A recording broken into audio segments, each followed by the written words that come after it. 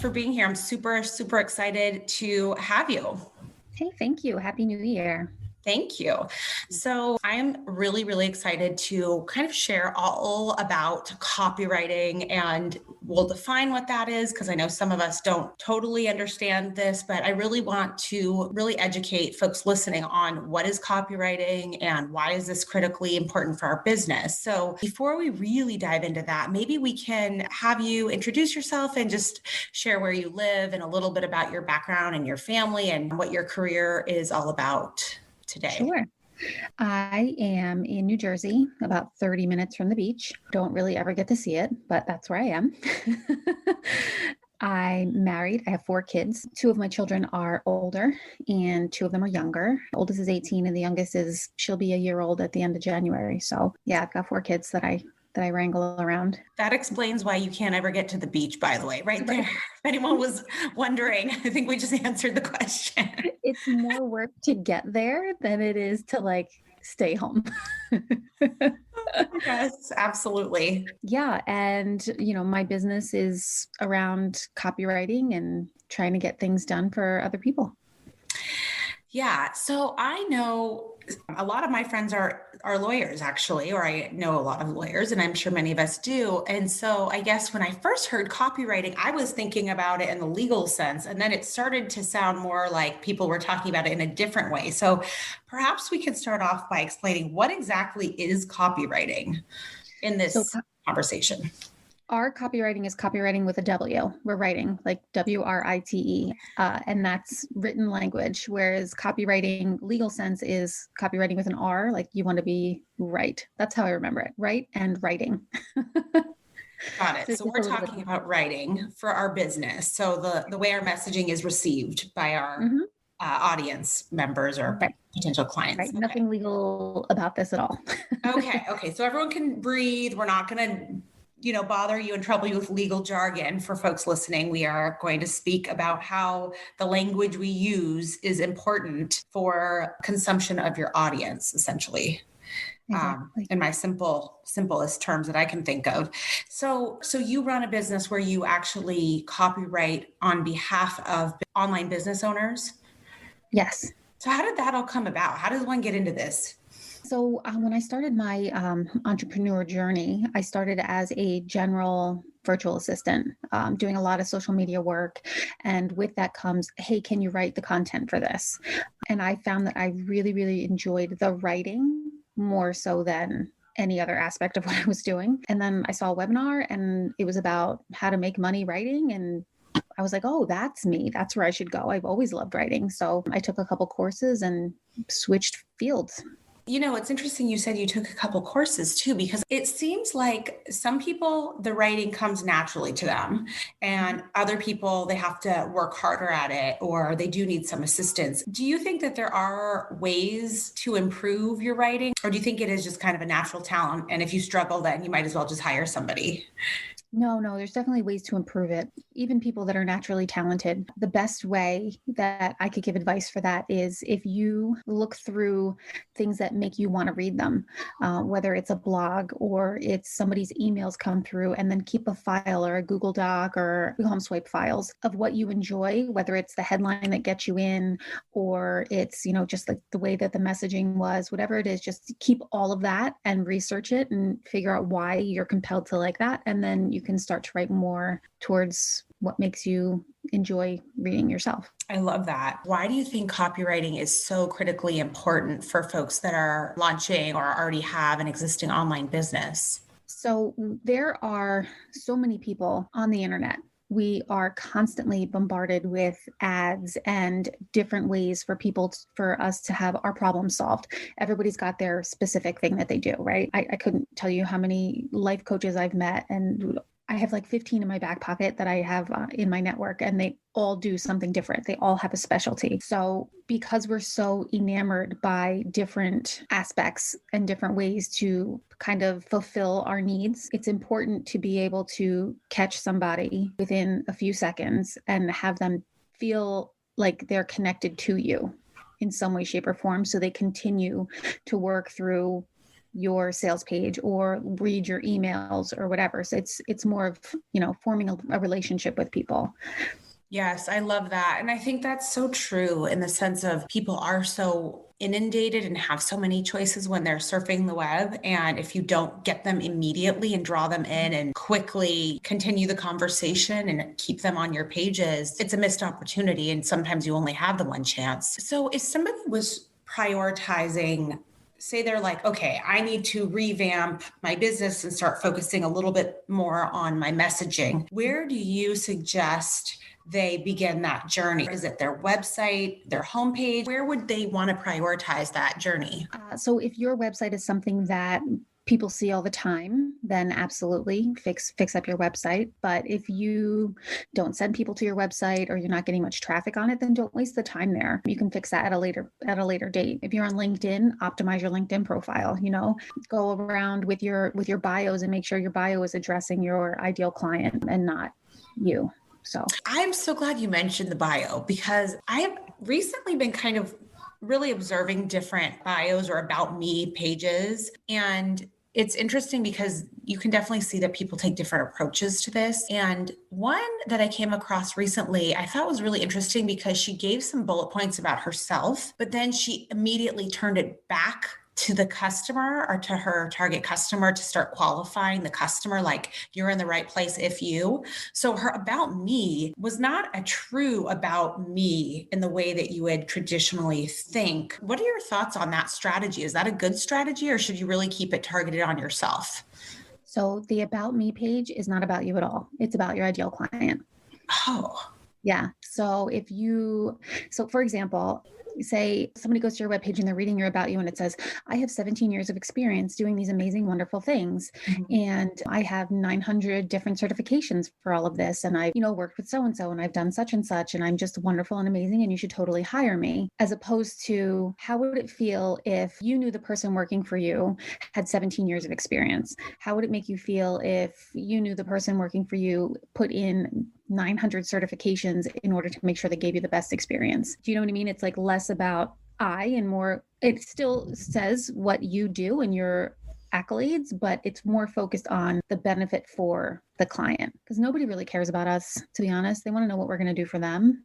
Yep. So it's broadly about them, maybe qualifying them as an authority, but then instantly saying, and this is how I serve you. Yeah. Yep. Wow. The best way to do it is to take out the word I from your about me page. If you take out all the I's and then go back and revamp it, there you go. Wow. I'm mind blown. It's really interesting too that you brought up the bio piece right away too, because I was listening to Amy Porterfield a couple weeks back, who I completely love, and she shared that the About Me page is one of the most highly trafficked pages if you do have a website. And she was talking in the sense of don't have it be a missed opportunity in terms of email capture and all of that. I really was quite surprised that that is such an important page. And so now I'm kind of trying to go back and really understand how that is supposed to be structured. So this is very, very helpful. In terms of our messaging for email sequences, I know this is a big one. And maybe before we dive in, I'll just, for those newer folks, the email sequences, that's where you're essentially capturing your audience's email. And then you want to build this relationship usually via email, and you would have some kind of regular cadence that feels right to you. It could be weekly or, bi-weekly or whatever the case may be. But in terms of the email or nurture sequence, as it's also called, do you have any best practices or key tips on, maybe the welcome sequence, let's say, or how to continually build that relationship without scaring people off or turning them off? Yeah. So like you said, be consistent. If you're going to send them an email every week, send them an email every week on Tuesday at, 9 a.m., whatever it is, be consistent with your emails. And whatever they signed up for, whatever reason they gave you their email, make sure you give them that. Don't just get their email and then not send them anything. Send them whatever that is that they opted in for. And then in that email, let them know, hey, I show up in your inbox every single week on this day with more tips and tricks and blah, blah, blah, blah. Let them know that they can reply to you if you're going to respond to them. Let them know where else they can find you. If they got your email off of a website, let them know your social handles. And then when you show up every week, make sure you're still giving them stuff. You're coming from a place of service. Like, you want to help them and show them that your name is associated with value. So that way they won't even care about your subject line anymore. They'll just see your name and they'll be like, oh, I'm opening this one. Yes, absolutely. I've observed recently that there are some welcome emails that are very, I'll say, like verbose, like very lengthy, packed with information. And then there, kind of conversely, there was another one that I recently signed up for and received, and it was so clean. And it was a couple bullets around like, this is who I am, and this is how I serve you. And we're going to continue the conversation to help you with your success. If you were to kind of, if we had to polarize, if we had to pick one of these two maybe options that are wildly different, which one do you think is kind of the better approach? I think it depends on who your audience is. Mm-hmm. So if your audience is busy entrepreneurs who are growing their business and they have a family and they're running and they're doing all the things, give them bullet points, because nobody's got 10 minutes to stand out and sit down and read an email. Mm-hmm. But if you're targeting, say, retirees who have the extra time, or, somebody with extra time, I don't want to just put it on retirees, then sure, go ahead. If they enjoy a long read and you have a lot to say that's, going to benefit them in some way, then go ahead and put a lot in there. But generally speaking, it can be lengthy, but definitely bullet point what you want them to see, because honestly, we skim emails most of the time and we go to the bold letters or the italicized letters just to see what's important. So yeah, it depends on your audience, but I would tend to stick with bulleting some things. You think that it's good to actually say, I'm going to show up in your inbox this day and time, and like, let that be explicit? Yeah, it's all about being authentic and being honest and letting them know that you're someone they can depend on. Got it. Yeah. This notion of building the relationship, again, Amy Porterfield had kind of brought that to my attention. And I just thought that was so powerful and so interesting. It's such a non-salesy sales approach. And she says that, that's like the long game kind of approach. And I just think that this idea of building the trust is just brilliant. How about the sales page? I know that's a big one. So for example, for those of you that may be newer that are listening, your sales page is essentially the way that you will drive business to, say, your course. Let's say that you're going to have a course that opens in a couple weeks and you're driving traffic. You're trying to get people to your sales page. And once they're there, you want to sell them and get them excited to sign up for your course. Can you speak a little bit about how we can do that successfully without turning them off? Yeah.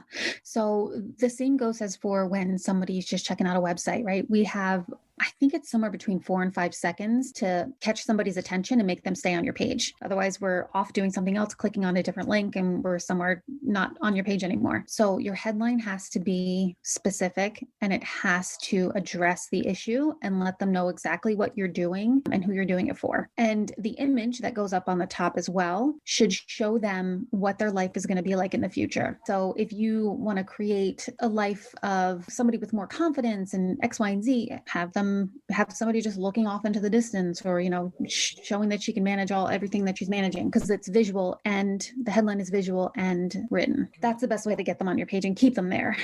In terms of the copy on your sales page, I see a lot of sales pages are feature heavy, which is fantastic, really, but people don't buy features.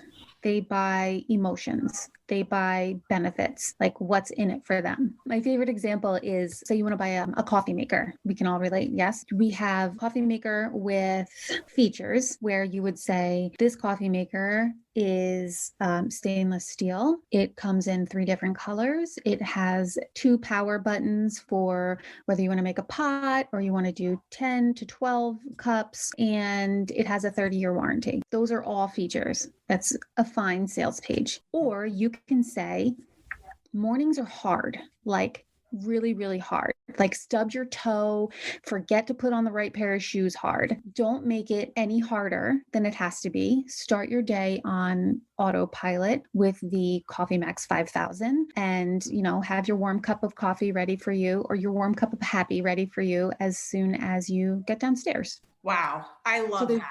It's just the benefit features. Like, yes, it comes with all this stuff. Nobody cares that it can hold X, Y, and Z things. What's this coffee maker going to do for me, as opposed to the 900 other coffee makers out there? Yes, I love that. It's like making it personal and walking them through the experience and the emotion. The other thing you can do on your sales page that's really going to make a difference is, after you put up your testimonials, underneath that, do an FAQ section that addresses every single objection. Most people's objections are time, money, and is this going to work for me? So if you can address those objections underneath the testimonials, you're off to a better start than most people. Oh, I love that too. I love it. What are your thoughts on the pop-up? Gosh, I feel like this is very subjective too, but I'm just really curious. What do you think is the best thing? Because I think on one hand, the pop-ups can feel intrusive at times, but at the same time, you do want to make sure that you don't miss the opportunity. What are your thoughts on that? Personally, and I know a lot of people don't agree, if somebody's going to your sales page, they're going there for a reason and they want to read it. And if you catch them with the headline and then all of a sudden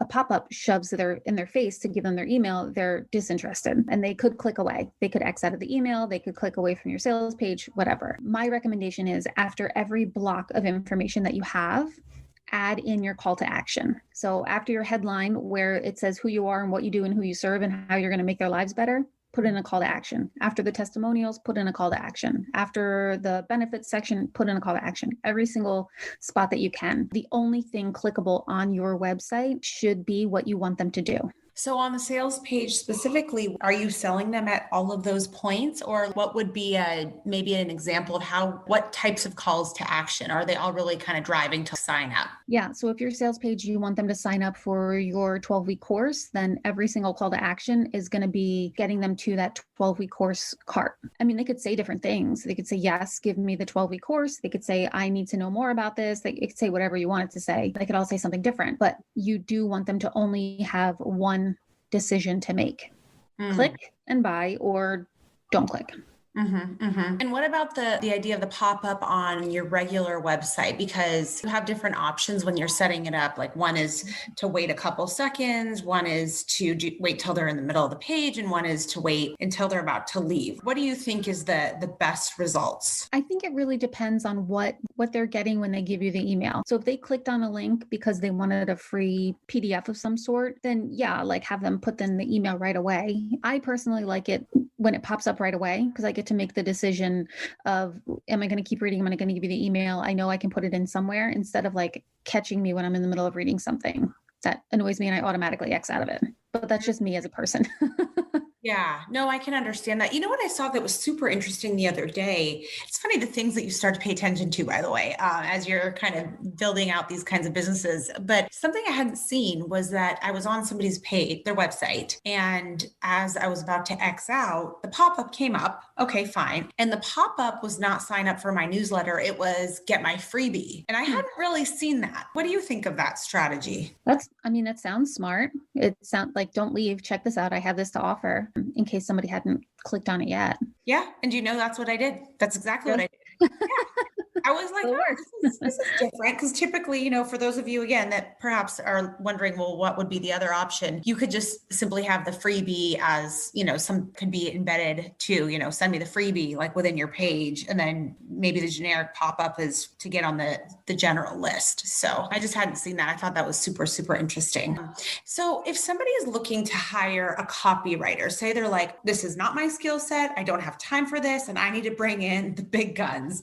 And so they give someone like you a call that clearly knows exactly what you're doing. When you're hiring a copywriter, is it typically by project, by time? Is it a mixed bag? Like, how do we engage with you? It depends on what you're hiring for. I guess I'm technically considered a launch copywriter, because I would do all the things that go into launching a course or whatever. But you can also have somebody that does like blogs for you. You can have somebody that will do like Facebook ad copy for you. So it really depends per project, because you're not going to need a new sales page every month. So if I was to do a sales page for somebody, I'm not going to do that every single month. You can have a welcome sequence, and then you can have your nurture sequence, whereas the nurture sequence is going to be monthly. So there can be different packages based around what someone offers, and there can be one-off services. Like, I know somebody who does podcast scripts, and then it's YouTube transcription. And that's both something that copywriters can do. So, I mean, there's a whole list of different things that that go through and happen. And it's really based on what you want and what you think they're able to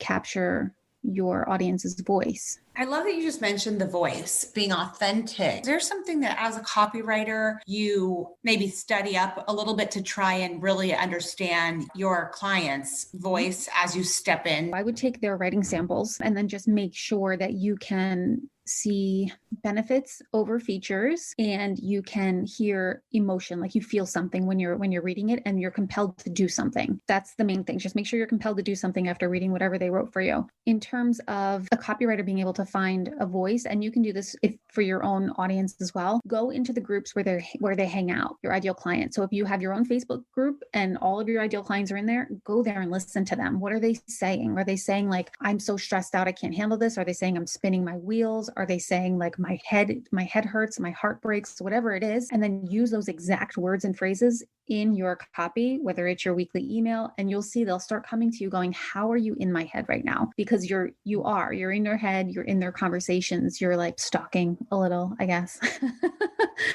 Just to get to know them and understand them. Yeah. Yeah. And that speaks to another thing that I was actually thinking about this morning as I was enjoying my automated coffee. One epiphany I had is that once you become clear on who your target customer really is, getting that down first, the copywriting falls around it so much easier. Right. The best way, this is what I tell everybody. Some people, they have an ideal client avatar, right? And they draw up this whole person and they give them clothes and a name and a personality. Why not find a real person? Find like Mary Jane in your group. And when you sit down to write, like think of Mary Jane and say, hey, Mary Jane, blah, blah, blah, blah, blah, blah. And then when you're done, you can go back and switch out the name and switch out like certain things. But I find it so much easier to find that one person that we're talking to and always write to them.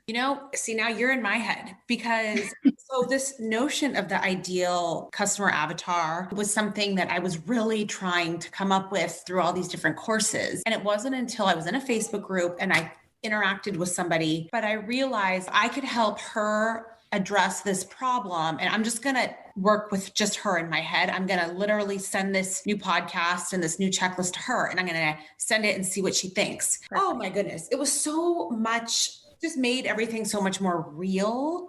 Yeah. And it really changed my business. So I have to say, I love that you just brought that up because it was something I kind of accidentally started doing just a couple of weeks back. And it really made a huge difference rather than just making up the random avatar and just hoping for the best. Right. And spending who knows how much time trying to figure out this avatar person. Like just do some market research, talk to real people, and then be you. That's all you have to do. Yeah. And you have copywriting down. Yeah. And it makes it more real too. It's almost like being in school. It's the difference between, learning it and going through it in class versus having a job and really applying the real skills. Right. I definitely do recommend that. And I'm continuing to do that. I think it really does change your business because with this online space, you have to have real results for people. It can't just be light and fluffy. It has to be something that's like real. You really have to help people get real results. Right. And that can be really tricky. What about as we think about naming, let's say either a podcast episode or a blog post? Do you have any tips in terms of really having like a good title for something? So that really comes into play with a lot of SEO, so search engine optimization for those in the back. My best tips for finding SEO, aside from Pinterest, because Pinterest is another animal and I don't know anything about it. It's its own little operation there. If you go onto Twitter or you go onto Google and you just search trending hashtags for Wednesday, whatever the day is, and whatever it comes up in the top or whatever your Google SEO search comes up with for your broad topic, use some of those words within your title and your subtitle, and it should relate to what you're talking about. So, I never thought about going to Twitter. I completely missed that. In terms of just using it as a research tool, would a copywriter assist you with your keyword search? It depends on where the copy is going. So if we're writing a website page, I'm going to do some keyword search because I want yours to come up a little bit higher. If I'm doing an Etsy description, then of course I'm going to do a little keyword search to throw in there. But if I'm writing an email, there's no keyword search happening on that one. Okay, that's good to know. I was actually speaking to a Pinterest strategist, which is going to be another episode that we are going to publish because, like you said, it's its own little world, and I'm just getting educated on it myself. And I mean, wow, it's really interesting also. And she recommended in terms of keyword searches that you create like a database. So once you've kind of figured out your keywords, that you track it in an Excel sheet. Is that something that you think could apply kind of more broadly beyond Pinterest? Yeah. Yeah. You can use that wherever. Even the same thing goes with like hashtags. If you're posting on social media on Instagram or wherever, you can track your hashtags and see what's trending and what did well, what time of year and all that kind of stuff. Oh, time of year. I didn't think of that so much. You know what I learned about the hashtags that I do want to share with people because, it seems kind of straightforward, but then there's actually some strategy there that I'm just really getting into. And so like on Instagram, for example, you can have a maximum of 30 hashtags. I didn't even know that. And one of the coaches was recommending that you actually do like split your hashtags and say 10 of them should have 5 million or more, like really well-known hashtags. Yeah. And then you should do medium kind of size audiences and then smaller size audiences. You have like a mixed bag, and that if, say, for example, I use a hashtag that is not super common, say it only has like 1,000 users or posts, and you are more likely to have that visibility, right? Versus the 10 million, Right. There's all this strategy with the hashtags that, I do think makes a really big difference. Yeah, it does. I personally don't use hashtags that have over 30,000 uses, whatever that is, because my audience is smaller and I don't need to get lost in the sauce. So yeah, I just want to ask one more thing about that then. Once you found the ones that you think you're getting responses to, do you tend to stick with the same ones or do you recycle? Say, do you maybe rotate, let's say, like, do you have a rotation? Like, what do you think is a good approach there? Yeah, I do between 20 and 30 a day. And when I say a day, I mean like I literally have it in the notes section on my phone where I have like these ones sectioned out for Monday, these ones sectioned out for Tuesday. And then I'll put my posts in however many times I'm posting. And then where those posts stop the next week, we'll catch up on the other ones. So I might actually have a Monday motivation on a Thursday just because I rotate them that way. It's just easier for my brain. Wow. So you have a collection of, would it be like 5 or maybe 7 days? And you have like 30 for day 1, 30 for Mhm. day 2, and they're all, wow. This is what I'm saying, Joanna. I'm like, this is a whole other part of the game that people need to know this. This is part of the strategy of getting, because it is so, you are really competing for attention essentially. Yeah. And to get on people's radar, you have to be able, because it's so really competitive and saturated. It's not that it's impossible, because I definitely think that the art of the possible is endless in this space. Just having these kinds of strategies to get the visibility is really important. I'll give you another hashtag tip, and it has nothing to do with copywriting, but it's just when I figured it out, I was mind blown. Say I want to follow you, like you're my ideal client, and I want to know like what you're doing. Where do I find your people? What if I go into your profile on Instagram and I go on to click on who you follow? The very first thing that pops up are all the hashtags that you follow, and then I can hashtag those in my posts. What? Right? Right back. I have to go do this right now and check this out. Wow. Crazy, Wow. right? Wow. Yeah. Wow. Man, you're full of tricks and tips. Okay, I'm going to ask you one more thing. And then I do want to ask you a little bit about how you're such a superwoman and get a little bit more into some of your just life hacks in terms of balancing business and your kiddos. So before we dive into that, I wanted to ask one more thing around ads and ad strategy. Do you have anything that we should be aware of or any tips for writing good copy for ads? Like, should it be a question? Should it be really simple language? Is there anything specifically that we should be aware of in terms of the language we're using? Are we talking Facebook ads? Let's say Facebook ads. Yes. Okay. Wow. Yeah. So you have basically those 2-3 lines to get people's attention. So it has to be a good hook. You can Google like a definition of a copywriting hook and it'll tell you you'll get different examples, but numbers do very well. Percentages do very well. and using the exact words your client is using do very, very well. And then you just have to test it, honestly. Test it between short form ads and long form ads, throw up different pictures, things like that. I have a friend who's an ad specialist, and she asks her clients to spend a minimum of $500 a month on their Facebook ads. She says it's very difficult to work with that, but that's like the minimum that she likes to spend in order to get the highest results for what she's doing. And then there's like this whole thing where you have to make sure you're not talking about politics, you're not saying any trigger words because they won't approve what you have going on. And I've actually seen a lot of people lately just having like one sentence at the top and a video. Videos are so important because it lets people hear you and see you and feel like they're talking to you, especially since we've all been home for so long.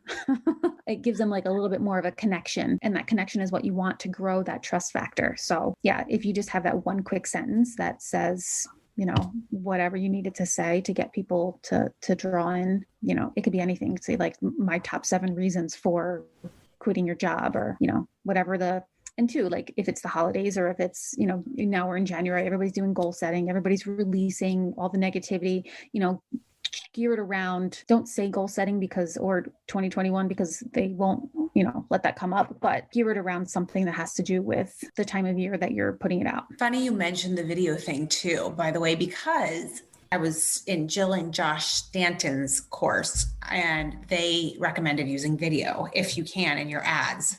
And I wanted to know your thoughts on that. So you do think it's a good way to stop the scroll and quickly engage and build a relationship and all of it? Going back to the sales pages, if you can get somebody to do a video testimonial for you that talks about what they implemented that you taught them and what benefit it gave them, you can put that right up on the top, right next to your headline.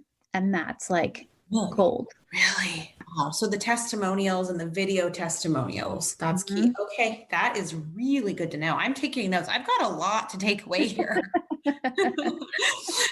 Okay. So you are a mom of 4. I am. And you have a business. How do you do this? Do you time block? And you've got a young, it's not like all your kids are older. You've got a mixed bag here. How does this work for you? How do you make it work? What tips do you have for us stay-at-home working moms? Just breathe. Do a lot of deep breathing. Honestly, like it's kind of been a blur because my daughter is so young that I was just kind of pocketing time when I could get it. Now she seems to be taking like 2 and 3 hour naps in the middle of the day, which is fantastic, but I'm not counting on that lasting forever because, things happen and children rock your life. The very best thing that I did for myself was make a list of everything that needed to get done for that week in order to help me reach my goal for the week, which leads to the month, which leads to the quarter, which leads to the year. So from the week, I wrote down everything that needed to get done. And then I prioritized what are the top 5 things that absolutely need to get done in order to make me hit my goal. And those 5 things got put on my list for Monday. And if they did not get done Monday, whatever was left got put on the list for Tuesday. And say I got 1 done on Monday, then I would pick another thing and put it on the bottom of Tuesday's list. And it gave me an action plan for the day. So when I did have time, I could say, this I'm going to get done right now. I already know what I'm doing. I don't have to sit down and organize it and figure it out and see where I'm going with what. And if an emergency popped up, it's okay because I know this is what I'm doing. Seeing myself cross those off the list and move down, and then, refocus towards the end of the week and see what got done and what didn't get done, and working on weekends if I had to. I know. It's just the way it goes. Is a thing sometimes. Yeah. Just take the time where you can take it. And what tool do you use? Or do you just use a checklist on your own? Is there a specific project management tool you like, or just keep it really simple? No, pen to paper.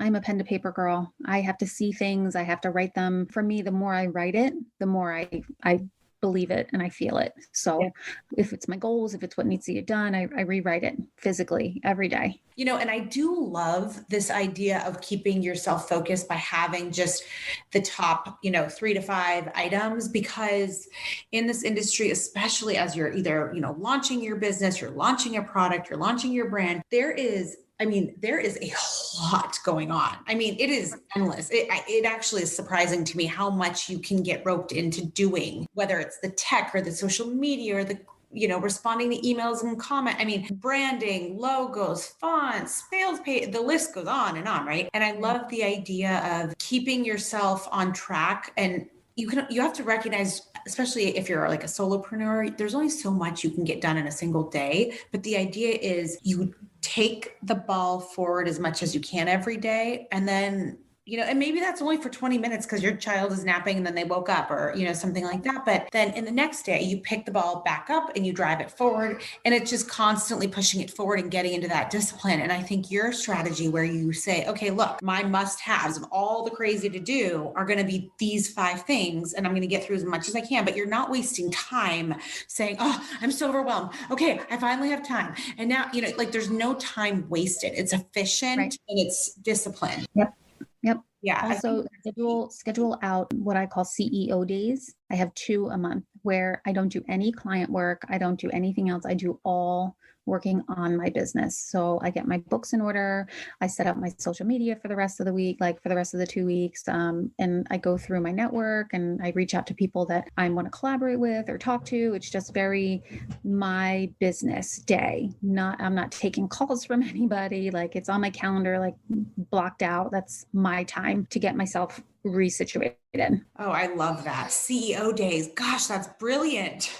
Yeah. That's brilliant. Did you come up with that or did you learn that somewhere? Absolutely not. I learned that somewhere. And I was like, what? She's like, yeah, you're a CEO. You should take some time for your business. I'm like, oh, that's right. No, it's true because you can't think strategically if you're always in the doing. Right. Yep. The things coaches do for you, right? Wow. That is incredible. So how can people work with you? How can they find you? And what if we want to work with you? How do we do that? I have a website. It's johannakatherinesolutions.com. Very simple, same as my name. I'm on Instagram. I'm on Facebook. All you have to do is reach out and say hi. I check all those little crazy hiding dark messages all the time. So that's how I found you. I was like, this woman seems like she's brilliant. I need to talk to her. I hope she can respond to me. And thank you for doing that, by the way. I was sure do. Yeah. Okay. Well, that is wonderful to know. So, gosh, I have to tell you, I selfishly have gained an enormous amount, and I hope and I know that all of our listeners will do the same. So I want to thank you for sharing all of your knowledge. It's really been a pleasure. All right. That is it for today. Now, as you know, some of our best conversations actually happen after the show. So I want you to find me on Instagram at Kimberly Lovey and let me know your thoughts about today's show. You can screenshot this episode and let us know what your biggest takeaway was and tag me at Kimberly Lovey and we can share it on our stories. I will see you again, same time, same place next week.